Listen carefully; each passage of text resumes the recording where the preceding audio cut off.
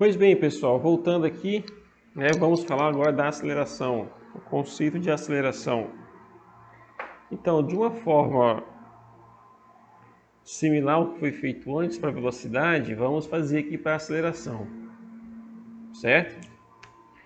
Então, vamos definir a aceleração novamente. Primeiramente, a gente vai falar da forma escalar, né? É o limite quando ΔT tende a zero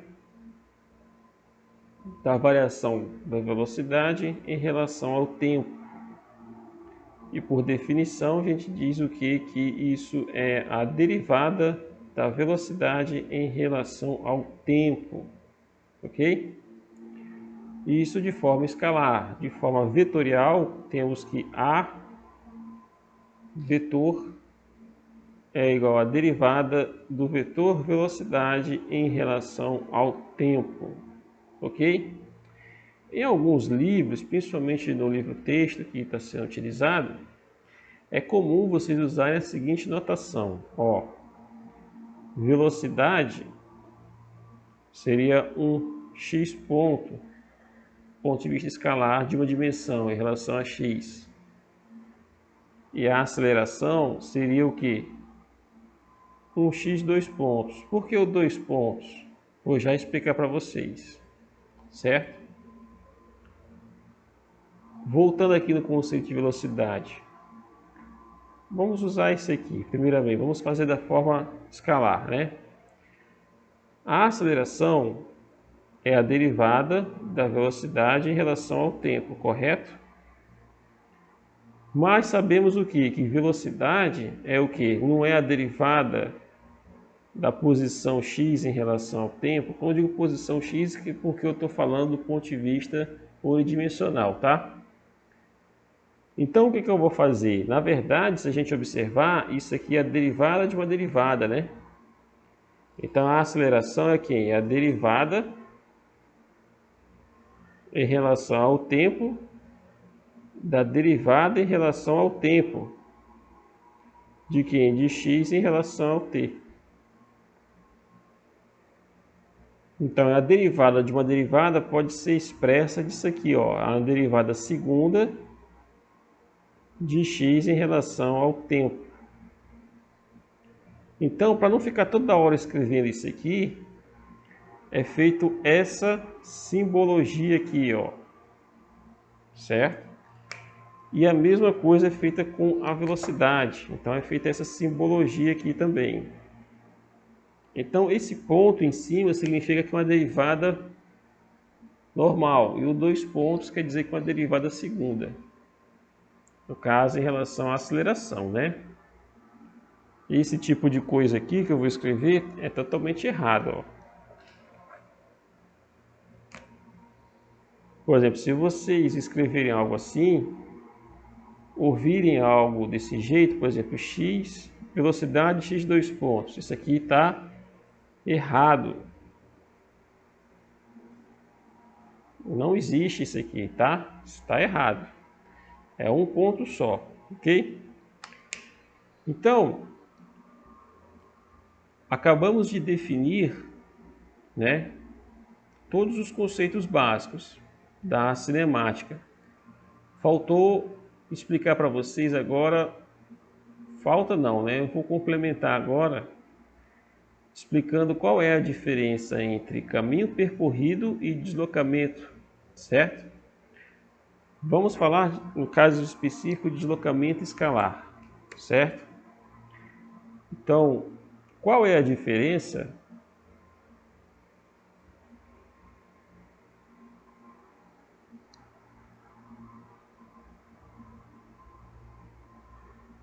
entre distância percorrida, né, que é o D, e delta x, que é o deslocamento escalar, no caso unidimensional, né? Então eu vou responder essa pergunta para vocês fazendo o seguinte exemplo. Seguinte situação. Novamente, vamos supor um ponto A e um ponto B num espaço. Eu tenho essa trajetória, certo? Uma partícula sai de A até B fazendo essa trajetória.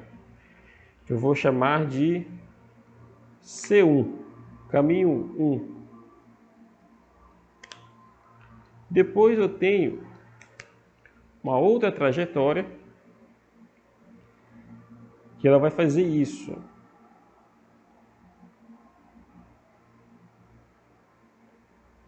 Sempre saindo de A para B, né? E aí eu vou chamar de caminho 2. Aqui eu vou usar a seta para poder indicar o sentido, né? Então aqui é um caminho 2.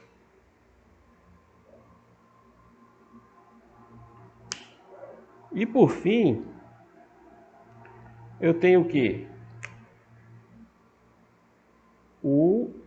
Uma linha reta, um movimento retilíneo que vai de A até B direto.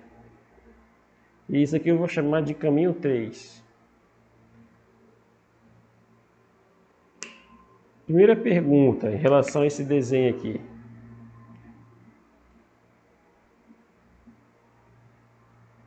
Qual caminho percorre maior distância?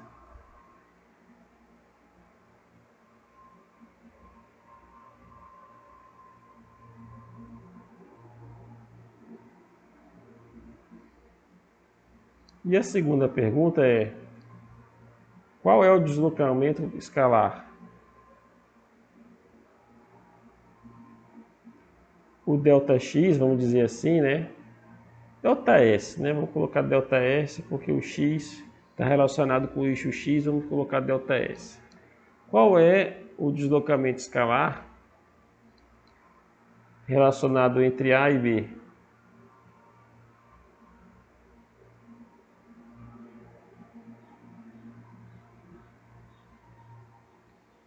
Parece perguntas simples, pessoal, mas ainda eu vejo alunos que têm muita dificuldade ainda em diferenciar isso, certo?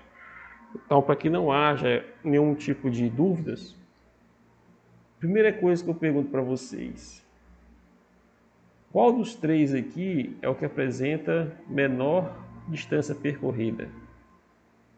É o inverso dessa pergunta. A maior distância percorrida é o 3, certo? Porque ele tem um raio de curvatura maior. Ok? Então é o 3. Se ele tem um raio de curvatura maior, então ele vai ter uma distância percorrida maior. Perdão, é o 1. Falei 3, não, é o 1, tá? Desculpe, pessoal. Qual é a distância? Qual é o caminho? Qual é a menor distância percorrida? Entre esses três camaradas aqui, qual é a menor distância percorrida? Que é o inverso dessa pergunta. A menor distância percorrida é o caminho 3, tá? Corrigindo então o que eu falei anteriormente. E a maior distância percorrida é o 1, certo? E o 2 está entre esses dois caminhos, certo? Entre o 3 e o 1. Então, qual percurso, né? Qual percorre mais distância? É o C1. Ok? E o que percorre menos é o C3. E aí vem a grande questão, né? O deslocamento escalar entre A e B. Não importa o caminho que eu percorra, não importa se é o C1, C3, C2. O deslocamento escalar sempre vai ser o quê? ΔS é a posição do ponto B menos a posição do ponto A, certo? Não importa, certo? Então, nesse caso aqui, temos que o deslocamento escalar ΔS entre A e B é a própria distância percorrida entre A e B pelo caminho 3, certo? Então, o ΔS aqui, numericamente, repare que o valor numérico é igual à distância associada ao caminho 3. Ok? Então, esse é o único caso,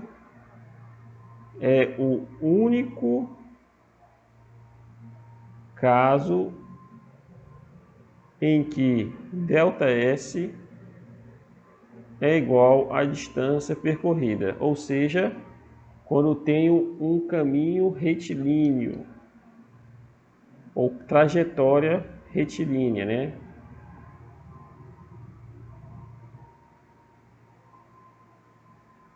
Retilínea. Então, esse é o único caso. Eu tenho que ter uma trajetória retilínea para que eu tenha o quê? Um deslocamento escalar igual à distância percorrida. Em qualquer outro caso, o deslocamento escalar sempre vai ser o quê? Menor que a distância percorrida. Nunca vou ter uma distância percorrida menor que o deslocamento escalar. Certo, pessoal? Então, isso aí é uma questão muito importante que vocês vão ter que ouvir novamente esse áudio para poder observar, né, ver esse vídeo novamente para poder observar essa diferença.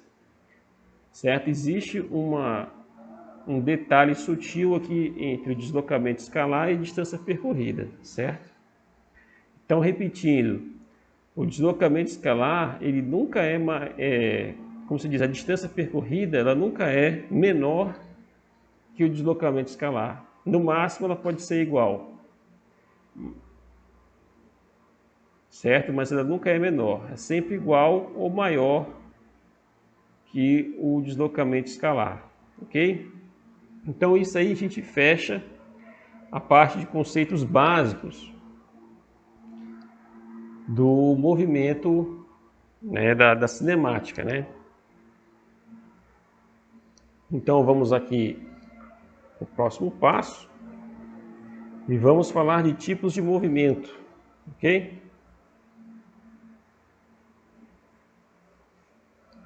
Então, temos aqui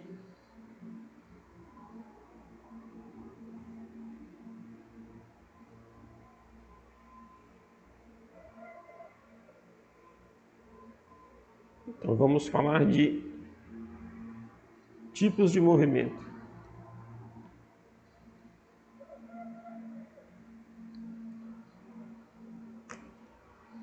Então, o primeiro movimento, pessoal, então antes de tudo vamos ver o que? Temos o que? Que o vetor posição R, ele depende do tempo, certo? Ele é uma função do tempo. Temos o que? Que o vetor velocidade é a derivada do vetor R em relação ao tempo. E temos que o vetor aceleração, ele é uma derivada segunda de R em relação ao tempo. Ou colocar aqui embaixo, a aceleração, o vetor aceleração é a derivada da velocidade, do vetor velocidade em relação ao tempo. Isso aqui é natureza vetorial, certo? Se a gente for falar agora da forma escalar, temos o que? Um x de unidimensional, tá? Um movimento em uma dimensão. É um x em função do tempo, certo? Temos o que? Que a velocidade vai ser a derivada de x em relação ao tempo. Vamos ter o que? A aceleração igual a derivada segunda de x em relação ao tempo. Ou, como falei anteriormente, a aceleração igual a derivada da velocidade em relação ao tempo, certo? E aqui é a forma, digamos assim, escalar em uma única dimensão, né? Escalar, vou colocar aqui 1D, tá? Quer dizer que é um movimento unidimensional.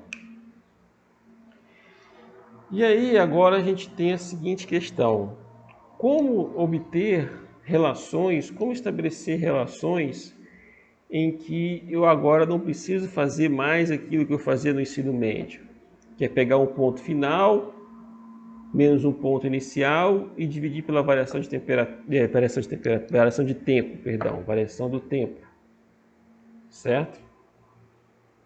Como fazer isso agora? Então, como estabelecer relações?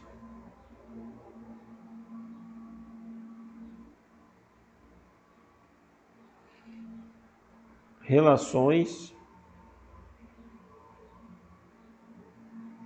de V em relação a X, vou colocar assim, V em função do tempo, perdão, X em função do tempo,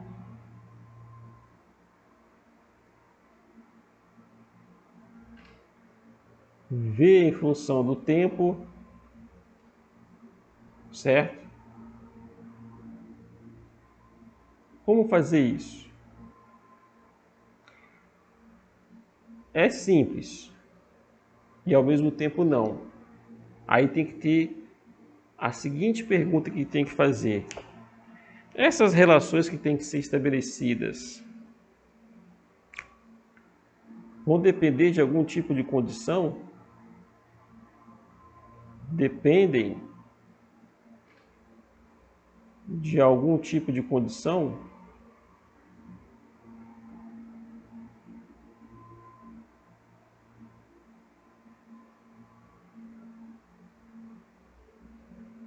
Essa é a pergunta que tem que ser feita.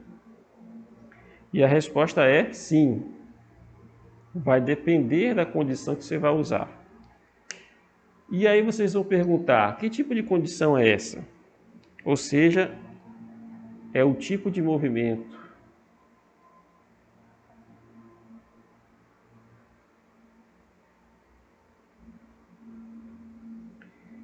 E aí vamos ver o seguinte: temos dois tipos de movimento, o uniforme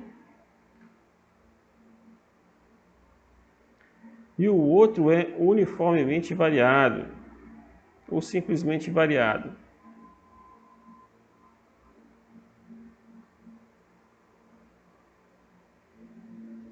Ok? Nesse primeiro caso aqui, eu tenho o quê? O x depende do tempo, mas a velocidade não depende do tempo. Ou seja, isso aqui não depende do tempo. Ou seja, a velocidade é uma constante. Ela é um invariante temporal, certo? E nesse outro caso aqui, eu tenho o quê? Eu tenho um x que depende do tempo, vírgula, uma velocidade que também depende do tempo, certo? Então, os dois casos eu tenho velocidades que dependem do tempo, ok? Dois casos onde a velocidade depende do tempo.